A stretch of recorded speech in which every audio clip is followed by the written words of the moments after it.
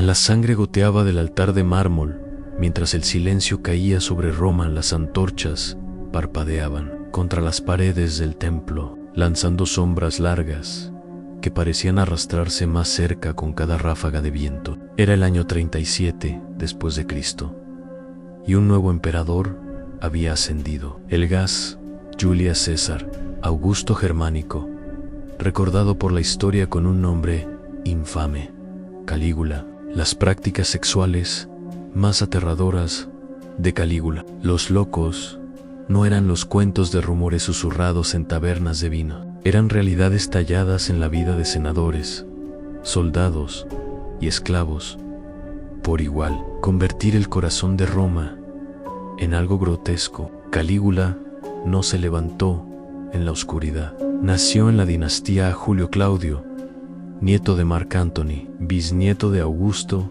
e hijo de Germánico, el querido general cuyas victorias habían hecho que las legiones romanas adoraran su nombre. Desde la infancia, Calígula había estado empapada en el poder, arrastrado junto con el ejército, donde los soldados le apodaron Calígula. Pequeñas botas para el uniforme de soldados miniatura que llevaba. Ese chico, adorado por las legiones, algún día ejercería la espada de Roma, no contra enemigos extranjeros, sino contra su propio pueblo. La transición de la esperanza al horror fue rápida. Cuando Calígula tomó el trono, las multitudes lloraron con alegría. Los senadores alabaron su generosidad. Los festivales estallaron en las calles. Después de la brutalidad de la regla de Tiberio, Roma creía que un salvador había venido. Puro en Messis.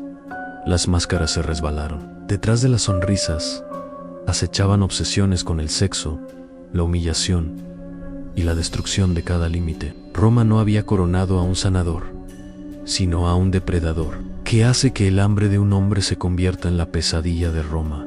Los crónicos antiguos Suetonius y Cassius Dio describen un reinado donde la política y la perversidad se fusionaron hasta que ninguna familia estuviera segura. Dijo que se acostó con sus propias hermanas, arrastrándolas a su cama, como si su linaje fuera simplemente otra joya que recoger. ¿Sabías que Calígula incluso desfiló a su hermana Drusila a través del banquets, no como pariente, sino como consorte, obligando a los senadores a observar en silencio? No fue solo lujuria, era el teatro de dominación. Imaginen la Cámara del Senado, encubierta en la dignidad de los siglos. Los senadores se presentan, mantos pasados, corazones más pesados. Calígula, encerrada en su trono, anuncia su decreto. Las esposas pueden ser capturadas a su placer. Un senador observa cómo su esposa es convocada, temblando en las cámaras privadas del emperador. Horas más tarde, emerge pálida y silenciosa, sus ojos fijados en el suelo de mármol, mientras que su marido debe inclinarse como si nada hubiera pasado. El poder ya no era sobre leyes o ejércitos, era sobre el control de los vínculos más íntimos. El imperio mismo se convirtió en su escenario. Durante el banquet público, se dice que ha elegido mujeres nobles al azar, arrastrándolas detrás de las cortinas y luego volviendo con comentarios burlados sobre su actuación. Estas mujeres, despojadas de dignidad, llevaban su vergüenza a casas donde sus familias no podían hablar de ello. Resistir fue invitar a la muerte. Soportar era perder el nombre. Calígula entendió algo escalofriante, que poseer el cuerpo era el dueño del alma. Las tradiciones de Roma de matrimonio, votos sagrados y honor familiar se convirtieron en cosas de juego. En un acto notorio, Calígula forzó el matrimonio de su leal oficial, la esposa de Miro, Enia, solo para reclamarla por sí mismo. Se burló de la santidad de la ceremonia al convertirla en una actuación grotesca, donde los ideales de Roma fueron contaminados a plena vista. A Calígula no se respetaban los vínculos sagrados, se iban a romper por deporte. ¿Sabías que el palacio de Calígula se rumorea que se transforma en burdel? Las cuentas antiguas describen corredores donde las mujeres nobles se vieron obligadas a servir a extraños, con el emperador aprovechando la humillación. Esto no fue una mera decadencia, fue una inversión deliberada de la moralidad romana. El palacio de los Césares, una vez símbolo de la autoridad divina, se convirtió en un mercado de vergüenza. La moneda no era oro, sino dignidad. Pero los horrores llegaron más lejos que la élite de Roma. Los esclavos y los sirvientes ya no tienen poder de soportar la más fuerte de sus apetitos. Imaginen las cocinas donde una joven sirviente es convocada por la noche. Ella entra en cámaras gruesas con incienso, el emperador esperando, sus ojos ardiendo con crueldad. Sabe que resistencia significa tortura, sabe que el cumplimiento significa silencio para siempre. Ninguna elección salva a su humanidad. Las perversiones de Calígula no estaban ocultas en secreto, fueron desfilados. La humillación pública se convirtió en política. En los juegos gladiatoriales, a veces ordenó a las esposas de los nobles que se sentaran a su lado, y luego susurró órdenes que los reducían a peones de su deseo. La multitud de Roma rugieron por sangre en la arena, pero en la caja del emperador las vidas estaban siendo destrozadas de manera más silenciosa y devastadora. ¿Por qué lo soportó Roma? Miedo.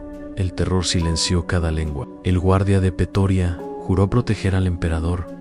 Obedeció sus caprichos. ¿Sabías que Calígula se declaró un dios viviente que exigía la adoración incluso cuando sus crímenes montaban? Templos sonaban con oraciones forzadas a temblar labios, mientras que a puertas cerradas, esos mismos adoradores sufrieron sus tormentos más íntimos. La religión misma se convirtió en otra herramienta de humillación. Rechazar la adoración fue traición. Participar fue alimentar el engaño. Las paredes de mármol de Roma no podían contener el hedor del miedo. Soldados, senadores, nobles y esclavos vivían bajo una sola verdad. No existía límite que Calígula no cruzara. Las leyes de la familia, la santidad del matrimonio, la privacidad del cuerpo, todas se desmoronaban bajo su mirada. Y sin embargo, detrás del terror, las preguntas persistieron. ¿Cómo pudo un hombre criado en el corazón de la Roma, hijo de su más amado general, descender a tal locura? ¿Fue una enfermedad de la mente? ¿Fue la corrupción del poder absoluto? ¿O fue la propia Roma la culpa de dar autoridad divina a un mortal que vio la divinidad solo en crueldad? Las mesas de banquete se mantuvieron pesadas con comida, los arenas rugidos con gafas, y los palacios brillaron con mármol. Pero bajo la grandeza, Roma se había convertido en una jaula. Cada risa de los chistes de Calígula fue forzada. Cada animación era hueca. Las venas del imperio no llevaban orgullo, sino miedo. Este fue el comienzo de un reinado donde el poder se volvió indistinguible de la perversión y donde el dormitorio del emperador estaba más temido que el campo de batalla. Roma había sobrevivido a guerras, plagas y conspiraciones, pero ¿podría sobrevivir a un emperador cuyos deseos consumían el tejido mismo de la sociedad? La respuesta vendría, pero primero Roma tuvo que soportar, y el imperio aprendería de las formas más íntimas y devastadoras que a veces el arma más mortífera no es la espada, sino el deseo desatado, sin restricciones. Los cielos nocturnos sobre Roma a menudo brillaban con luz de antorcha, pero bajo el reinado de Calígula, esas llamas iluminaban horrores que la ciudad nunca había soportado. Su palacio, una vez que el corazón latido de la autoridad imperial, se convirtió en un laberinto de miedo,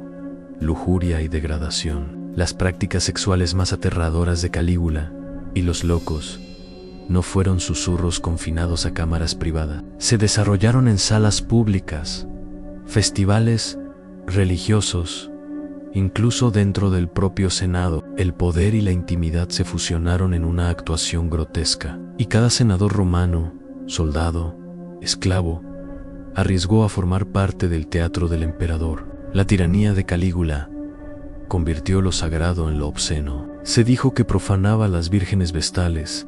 Mujeres juraron 30 años de castidad. Guardianes de la llama eterna de Roma, arrastrados de su templo, se convirtieron en participantes poco dispuestos en sus juegos. ¿Sabías que romper el voto de un vestal fue considerado el sacrilegio final, castigado con vida por enterrar? Sin embargo, bajo Calígula, su pureza no fue rota por amantes secretos, sino por el mismo emperador, que convirtió sus cuerpos sagrados en trofeos de humillación. La cámara del Senado, los suelos de mármol, los bancos dorados, las estatuas de los antepasados de Roma, se convirtió en cómplice en su depravación. Los senadores llegaron a esperar decretos sobre impuestos o guerra, solo para ser forzados a ver cómo sus esposas o hijas fueron convocadas, mostradas y deshonradas. Imagina el silencio hueco, senadores mirando hacia adelante, caras como piedra, como la dignidad de su familia fue destrozada ante sus ojos. Protesta era morirán soportar, era vivir sin honor. Y sin embargo, la humillación se hizo aún más oscura cuando Calígula extendió su poder a los mismos lazos de sangre. Las cuentas describen su obsesión con sus hermanas, Drusila, Agreina y Julia Levilla. Los alardeó en el banquets, insinuando abiertamente en sindicatos incestuosos. Drusila, la favorita, fue tratada como una emperatriz, sentada junto a él, como si fuera mujer en lugar de hermana. Cuando murió de repente, la lloró como si fuera su esposa, deificándola en templos. Para Roma, la línea entre parentesco y corrupción fue borrada ante sus ojos. La crueldad de Calígula no fue meramente indulgencia, fue una humillación calculada. Sabía el valor del espectáculo. En una costumbre escalofriante, desfiló mujeres nobles en los festejos, forzándolas a dejar el lado de su marido y unirse a él en cámaras privadas. Cuando regresaron, se burlaba de ellos públicamente, describiendo detalles íntimos a la risa de los huéspedes. Imaginen la vergüenza ardiente de una matrona, su auto privado diseccionado como entretenimiento. Su marido se vio obligado a reír o a arriesgarse a la muerte. La nobleza de Roma se convirtió en actores en la grotesca obra del emperador, desnudada de dignidad, sus vidas reescritas en humillación. ¿Sabías que Calígula se rumorea que transformaría secciones de su palacio en un burdel, no dotadas de cortesanos, sino con las esposas de senadores y caballeros? Se invitó a los patronos a pagar el acceso, los ingresos que fluían a las arcas del emperador. Lo que una vez fue el centro de gobierno de Roma se convirtió en un mercado de degradación. Las monedas se subieron a los mostradores de mármol, pero el verdadero costo se midió en familias destrozadas y violó la santidad. Sus gritos fueron amortiguados por las paredes del palacio, pero el eco de su trauma embrujado en cada rincón de Roma. En las cocinas, un cocinero podría susurrar a otro de los gritos que se oyen por la noche. En los pasillos, los guardias alejaron los ojos, sabiendo que el silencio era la supervivencia. Cada capa de la sociedad romana, desde el senador más alto hasta el esclavo más bajo, llevaba el peso de sus apetitos. Pero las prácticas sexuales de Calígula no se limitaron a Roma solamente. Cuando viajó, su lujuria viajó con él. En procesiones religiosas, dejó de ceremonias medias de ritual para reclamar a quien le llamó la atención. En las provincias, las élites locales temblaron a su llegada, sabiendo que sus hijas y esposas podían ser convocadas sin aviso. El imperio de Roma se extendió a través de continentes, pero ninguna distancia protegió a su gente del alcance de los deseos de un hombre. ¿Y qué hay de la gente?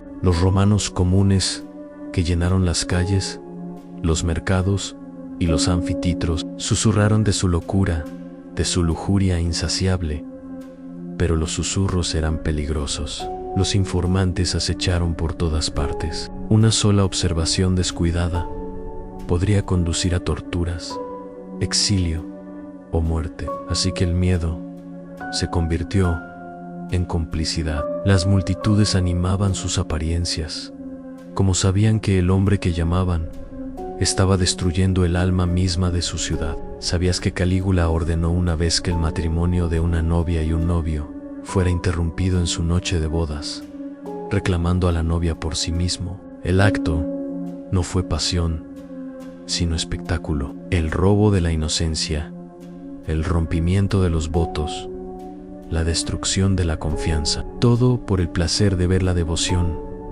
se desmorona bajo su voluntad. Para Roma, el matrimonio mismo dejó de ser sagrado. Al final de su reinado, la tiranía sexual de Calígula había corroído los cimientos del imperio. El Senado había perdido toda dignidad. Las familias vivían con miedo de llamar al palacio. Se burlaba de la religión. El matrimonio fue profanado.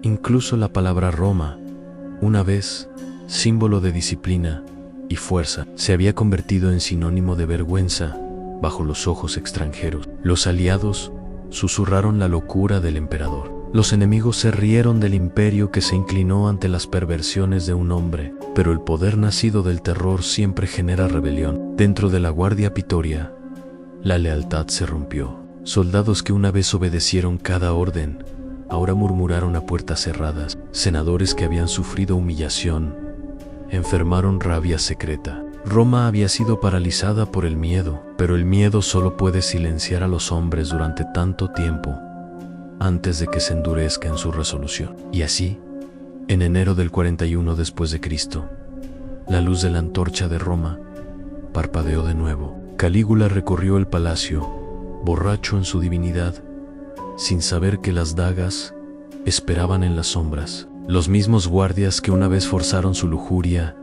ahora se volvieron contra él, apuñalándolo en corredores que habían presenciado sus crímenes más oscuros. La sangre se tiró de mármol, y con ella terminó el reinado del hombre que había hecho de Roma un burdel de humillación. Sin embargo, su muerte no borró las cicatrices. Esposas despojadas de dignidad, maridos rotos en silencio, hermanas se convirtieron en amantes, esclavos mutilados en cuerpo y alma. Roma podría avanzar políticamente, pero emocionalmente, el imperio llevaba los fantasmas de su reinado. La historia recordaría para siempre la grandeza de Roma, pero bajo sus triunfos yacen historias de degradación tan profundas que no pudieron ser enterradas. El legado de Calígula nos advierte de los peligros del poder incontrolado, de lo que sucede cuando el deseo se convierte en ley y cuando no existe límite entre gobernante y gobernado. Roma le dio a un hombre el cuerpo de un imperio y lo devoró. Y así, la historia susurra su advertencia. Los mayores imperios no siempre caen a espadas extranjeras. A veces se pudren desde dentro, consumidos por los apetitos de aquellos coronados como dioses.